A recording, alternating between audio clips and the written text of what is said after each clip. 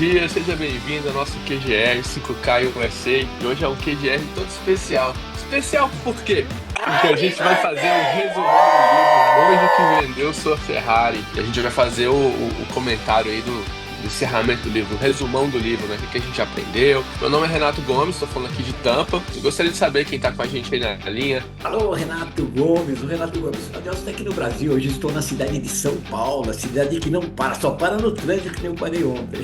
Vou estar com vocês novamente. Meu nome é Inácio Filho, falando aqui diretamente de Orlando, aqui na Flórida. Show de bola. Bom, então, o resumão do livro aí para a gente conversar, né?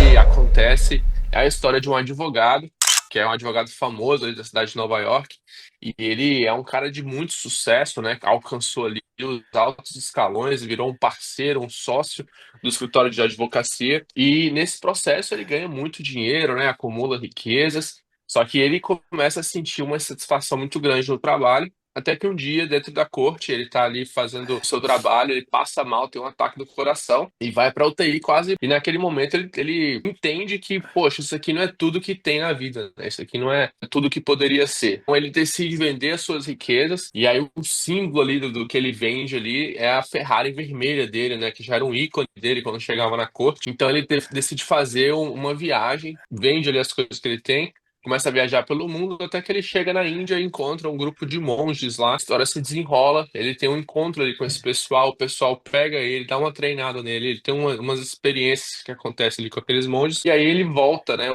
Uma dos compromissos que ele faz com aquele pessoal é de que quando ele aprendesse tudo aquilo que ele aprendeu, ele teria que passar aquilo para frente. Ele volta para Nova York e ele volta lá no escritório de advocacia dele para encontrar quem era o estagiário dele na época, né? Então ele chega no escritório, o estagiário dele já não é mais um estagiário, o estagiário dele é um dos sócios, também cresceu, também alcançou os altos lugares ali dentro do escritório, e eles sentam para conversar. Tem um impacto muito grande quando eles se encontram. O cara meio que não reconhece ele, vai chamar a segurança, fica um esquema meio interessante assim. Eles sentam para conversar e ele começa a compartilhar a experiência que ele teve, essa viagem dele. O tema inteiro do livro ele gira em torno de uma história, onde esse advogado que agora tá voltando, ex-advogado, né? Que agora é o monge, vamos dizer, o monge que vendeu a Ferrari volta do escritório, tá compartilhando ali com quem era o estagiário dele na época, e ele tá compartilhando dessa jornada, onde os monges contaram uma história pra ele. É uma história bem interessante, né? É a história de um cara que acorda dentro de um jardim bem bonito, muito florido, e ele olha, ele encontra um farol, tipo aqueles faróis de beira de mar, né? E esse farol, ele tá no meio desse jardim. Dentro desse farol sai um lutador de sumô muito grande, muito forte, que está ali simplesmente com um fio amarelo cobrindo suas partes. E esse lutador de sumô, ele sai andando pelo jardim, sai de dentro do farol andando pelo jardim, encontra um caminho cheio de pedras preciosas, cheio de diamantes, e ele começa a andar sobre esse caminho até que ele desaparece no horizonte. E o livro inteiro gira em torno dessa história. E aí o monge que vendeu a Ferrari, ele começa a explicar cada uma dessas partes. É o amigo dele, né, que é o advogado que ficou. Nesse momento eles vão trocando experiências. Então, se vocês se lembram aí de alguns capítulos atrás, o jardim ele representa a nossa mente, onde é um lugar, né, que está extremamente criativo, extremamente produtivo, onde as flores representam os nossos pensamentos, representam, né, todo esse ambiente ali que acontece dentro da nossa cabeça, onde a gente fez a reflexão, né, de que a gente precisa cuidar desse jardim, a gente precisa ter condições de controlar nossos pensamentos.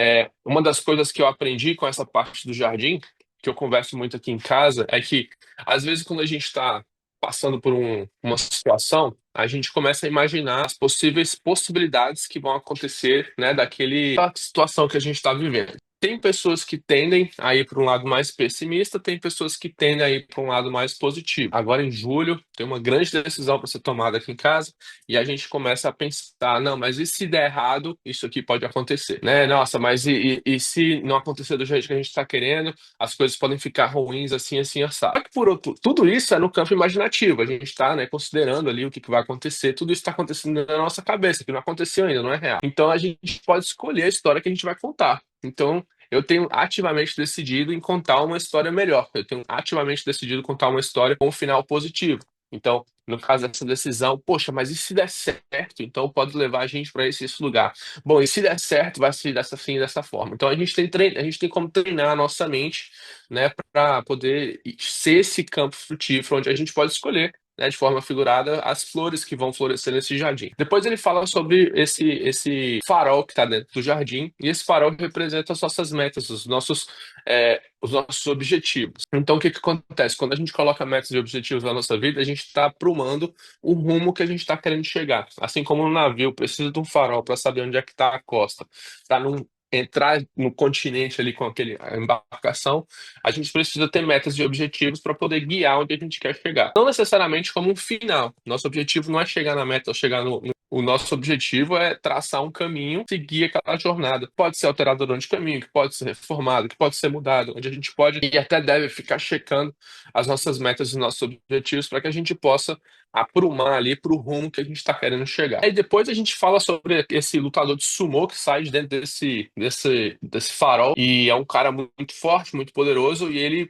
representa, né, o nosso corpo, o nosso ser, né, de uma forma mais completa, onde a gente precisa tomar conta do nosso corpo, a gente precisa tomar conta da nossa saúde, a gente possa alcançar aquelas metas e objetivos e chegar a algum lugar, né? Então, o livro fala bastante sobre isso, sobre essa capacidade de, né, controlar a mente, mas também de controlar o nosso corpo. Logo depois disso, ele fala sobre aquele fio, né, que está cobrindo as partes pessoais ali, que na verdade é um cabo todo entrelaçado, onde ele também representa ali, né, de forma geral, o nosso ser como um todo, né? A gente não é feito de uma coisa só, a gente é corpo, alma e espírito, né? A gente acredita na Bíblia e a Bíblia nos fala isso, corpo, alma e espírito, onde a gente precisa cuidar dessas três áreas aí, dessas três faces do nosso ser. Por último, dentro desse caminho eles estão trocando uma ideia ali. Essa parte é bem interessante, onde ele meio que o advogado sai um pouco ali da história que ele está contando e ele fala sobre uma experiência que ele teve lá, onde esses monges deram um relógio para ele, né? E esse relógio representa o commodity mais importante que eles têm, que é o commodity do tempo, né? Que é a coisa mais valiosa que a gente pode ter, é o tempo. Mais valioso do que qualquer riqueza, mais valioso do que qualquer posse que a gente possa ter é o nosso tempo. E a gente pode escolher o que fazer com o nosso tempo. Na verdade, a gente precisa entender que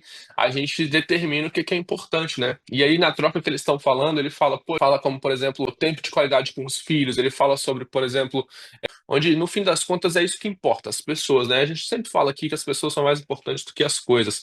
Isso é muito real, né? Então, esse tempo que a gente está aqui no nosso QGR trocando uma ideia, tenho certeza que gera um impacto nas nossas vidas, que gera na minha, traz reflexão, me traz pensamento, me traz, assim, vontade de continuar estudando, vontade de continuar aprendendo. Então, assim, o tempo que a gente investe com as pessoas é a nossa parte mais importante. E aí, por último, né, que é o encerramento do livro, ele fala sobre esse caminho de pedras preciosas que o lutador de sumô ele segue e vai no horizonte, que representa a nossa vida, a jornada de vida, onde a gente vai acumulando coisas, a gente vai vendo as coisas da vida e ele faz um convite, né, que é o nosso encerramento aqui, para que a gente possa ver aquilo que está de belo, né, ver aquilo que é bonito, né, como que isso afeta o nosso cérebro de forma interessante, né, como que quando a gente vê destruição, ele causa uma sensação ruim na nossa cabeça, mas quando a gente vê algo bonito, também nos traz uma sensação boa, né? Ontem eu fui jogar futebol com os meus filhos aqui perto de casa e na pôr do sol estava acontecendo, a gente estava vendo ali as diversas cores no céu, né? Aqui na Flórida o céu é muito bonito, parece muito com o céu de Brasília, com várias cores e tudo mais, e a gente ficou refletindo, né? E o Benjamin falou assim, nossa, imagina pintar isso todo dia. Aí eu, como assim pintar isso todo dia? Ele falou assim, poxa, imagina, Deus está lá no céu, e aí todo dia ele vai lá e decide quais as cores que ele vai colocar, como é que vai acontecer, quais são os fenômenos. Eu achei muito interessante essa mentalidade dele desse Deus criativo, né, que a gente serve, que todo dia ele consegue criar algo que não foi criado antes e fazer algo de forma diferente. Na conclusão do livro, no encerramento do livro, o advogado está compartilhando ali com o outro advogado, o ex-advogado, o monge que vendeu a Ferrari está compartilhando com outro advogado. Ele faz esse convite também, né, de compartilhar isso que o cara está aprendendo com outras pessoas. Aquele era o grande compromisso, né, da vida, de poder compartilhar esse conhecimento, compartilhar esse aprendizado. E é aqui onde eu transfiro para vocês, né? Eu queria saber se esse livro pode ter trazido de novidade ou pode ter trazido de reflexão para vocês. Eu tenho algo para compartilhar também, mas gostaria de ouvir de vocês primeiro, assim, o que que o livro falou aí para vocês. Quando você não lida com o problema, ele acaba lidando com você. É consistência, cara. É consistência. Se você não tiver uma consistência do que você está fazendo, cara, e ser persistente naquilo que você vai fazer, você tem que ser persistente mesmo e ter aquela autoridade. Lembra que você falou da meta? A gente falou até da meta nesse livro, que você falou a meta, a meta. Uhum, A meta, se você. A meta, tudo bem, a meta é um objetivo. Agora, se você tratar a meta que eu passei a começar a executar isso como um compromisso, certo? Uhum. A tua vida vai ficar mais firme e a vida vai ficar mais firme. Então, eu saquei essa filosofia também, me passou dentro desse roteiro todo que a gente comentou, esses 4 episódios do Monge aí. Eu notei que a meta, se você simplesmente, essa é minha meta, botar num quadro aí, não. Esse é meu objetivo, entendeu? Então, fazer a Uhum. meta se tornar um objetivo, é só acelerar e beijinho, beijinho, tchau, tchau, cara. É isso, né? O livro trouxe várias reflexões, né? Mas uma que parece até meio que clichê, né? A gente sempre vê repetidamente, assim, em alguns livros, e a gente sempre comenta aqui, é aquela questão de foca muito numa coisa e acaba perdendo um pouco a sensibilidade do que está acontecendo ao redor. Eu acho que o Uhum. livro, ele realça bem essa questão, né? Quando fala da história do cara, de sucesso, e alcançou as metas e tudo, porém, quando ele olhou para o lado, viu que a vida realmente é um vapor, né? E aí Uhum. ele decidiu realmente trilhar essa jornada aí para trazer esses ensinamentos, que na verdade nenhum de nós precisa passar por tudo isso para poder valorizar, vamos dizer assim, né? É um negócio meio clichê, né? Que você, não foca só nas coisas, valoriza as pessoas, mas é sempre bom estar revendo, né? Porque em várias etapas das vidas a gente vivendo nesse mundo aí de performance, foco, metas e tudo mais, é realmente um risco de perder um pouco a sensibilidade das coisas que estão acontecendo ao nosso redor. Então, acho que É. o livro ele reforça bem essa situação, né, para a gente valorizar realmente, não deixando de ter o foco ali em atingir as metas e tudo, mas tendo essa sensibilidade, né, de valorizar o que está ao redor ali, as pessoas, tudo aquilo que Deus já formou e preparou para nós, né, essa questão, como você falou aí do Benjamin, da contemplação ali, Uhum. da criação de Deus, né? Então, a gente poder ter essa sensibilidade, É isso foco sem aí. perder sensibilidade, né? Isso aí.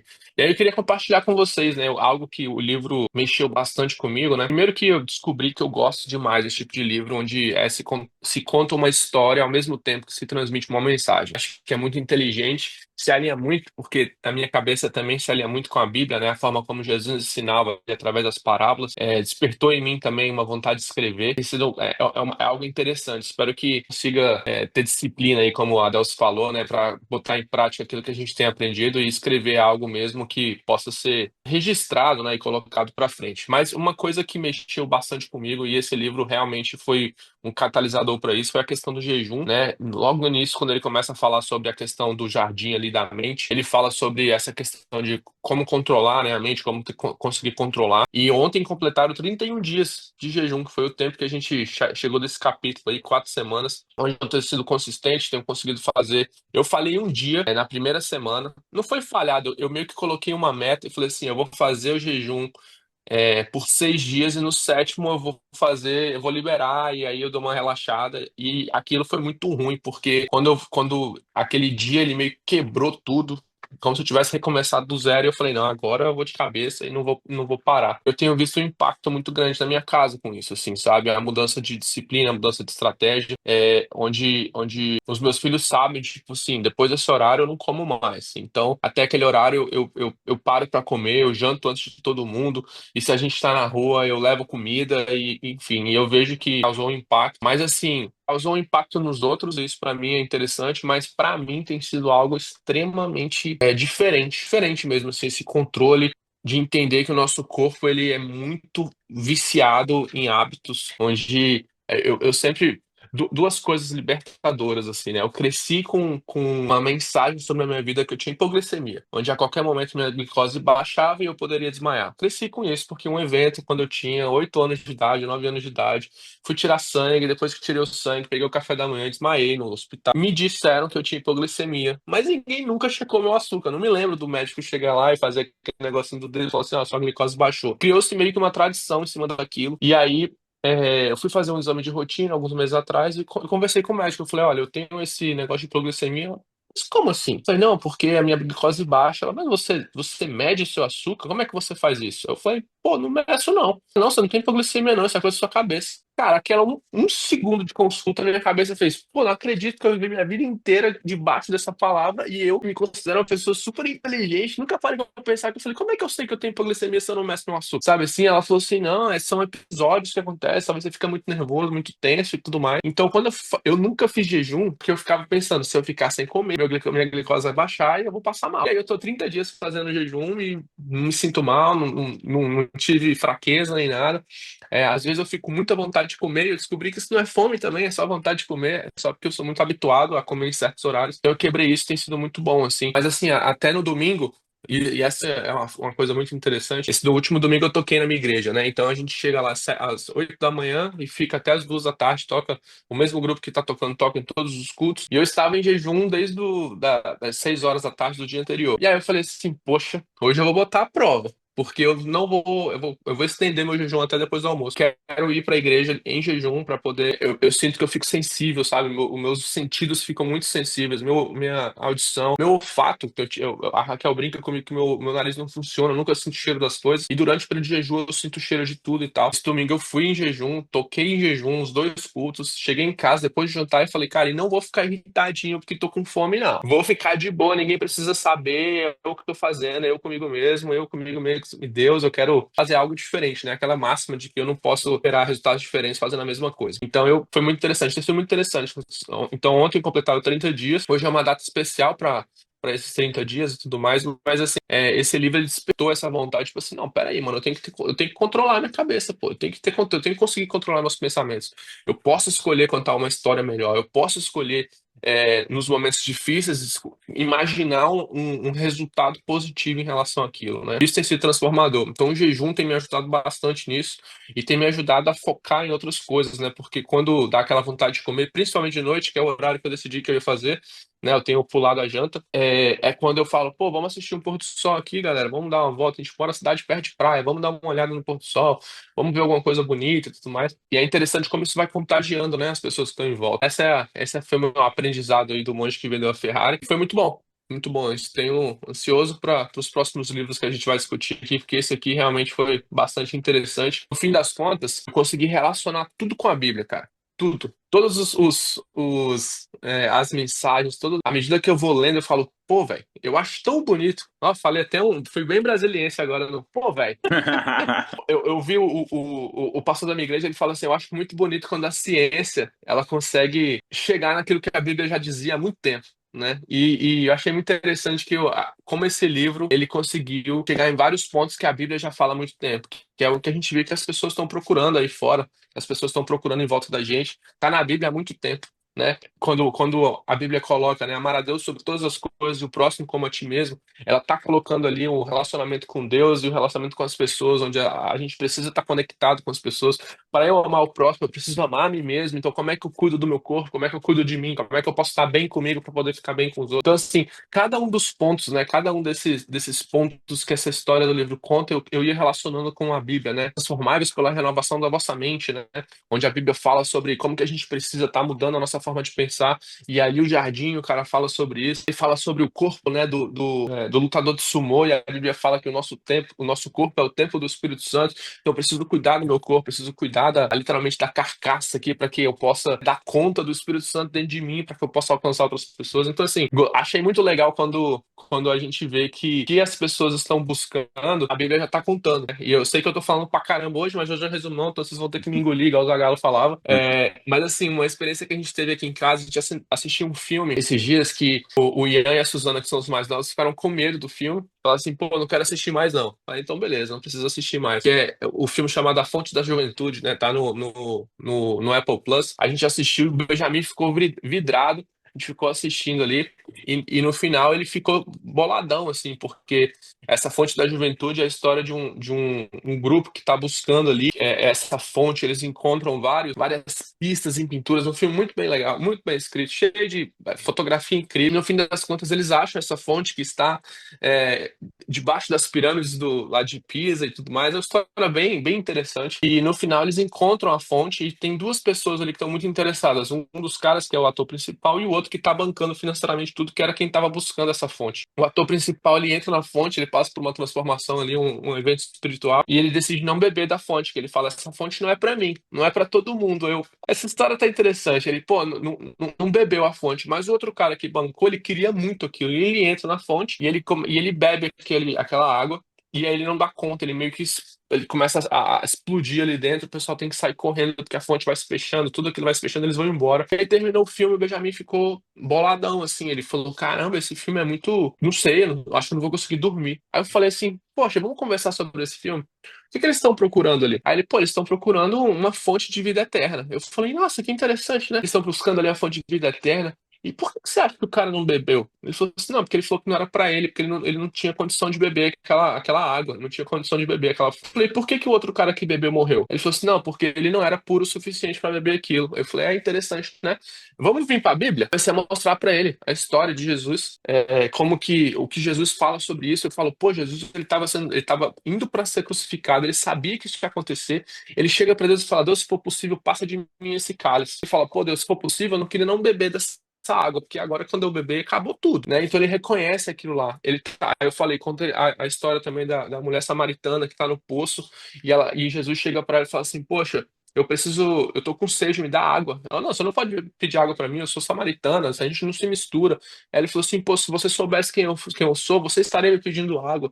Eu sou quem beber dessa água terá vida eterna e tá é a fonte de águas vivas e tudo mais". Então ele começa a contar essa história na Bíblia, né, sobre a questão da água. E lá no Apocalipse ele fala, né, que eu sou a água, eu sou a fonte de vida eterna e tudo mais. Eu falei, Benjamin, quem que eles estão procurando? Aí o Benjamin falou assim, pô, eles estão procurando Jesus. Eu falei, cara, olha só que massa. Eles estavam procurando Jesus e não sabiam, cara. A gente está escrito na Bíblia, a gente encontrou a fonte de vida eterna, a gente encontrou a fonte da saúde, a gente encontrou a fonte do conhecimento, a gente encontrou a fonte, né, do bem. Tá aqui na Bíblia, tá escrito, é Jesus. Aí eu falei assim, sabe o que que é mais incrível? Aquelas duas pessoas, um não podia beber e o outro que bebeu morreu. Mas Jesus, cara, Cordeiro de Deus que tira o pecado do mundo, ele bebeu a fonte pela gente, morreu pelos nossos pecados e ele tá nos dando isso de forma gratuita, né? Foi muito interessante porque a gente viu esse filme. Aí eu tava com o livro na cabeça e a gente conseguiu juntar tudo.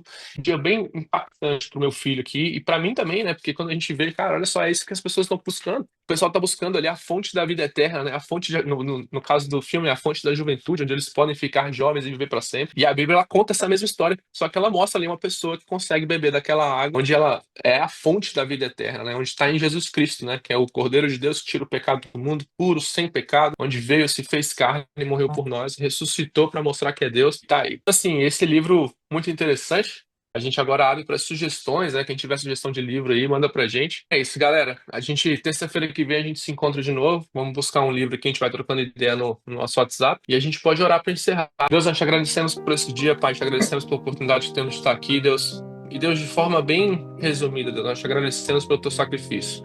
Agradecemos por enviar teu filho Jesus, Deus, para morrer na cruz por nós. Nós reconhecemos, Deus, que o Senhor é o Deus Todo-Poderoso.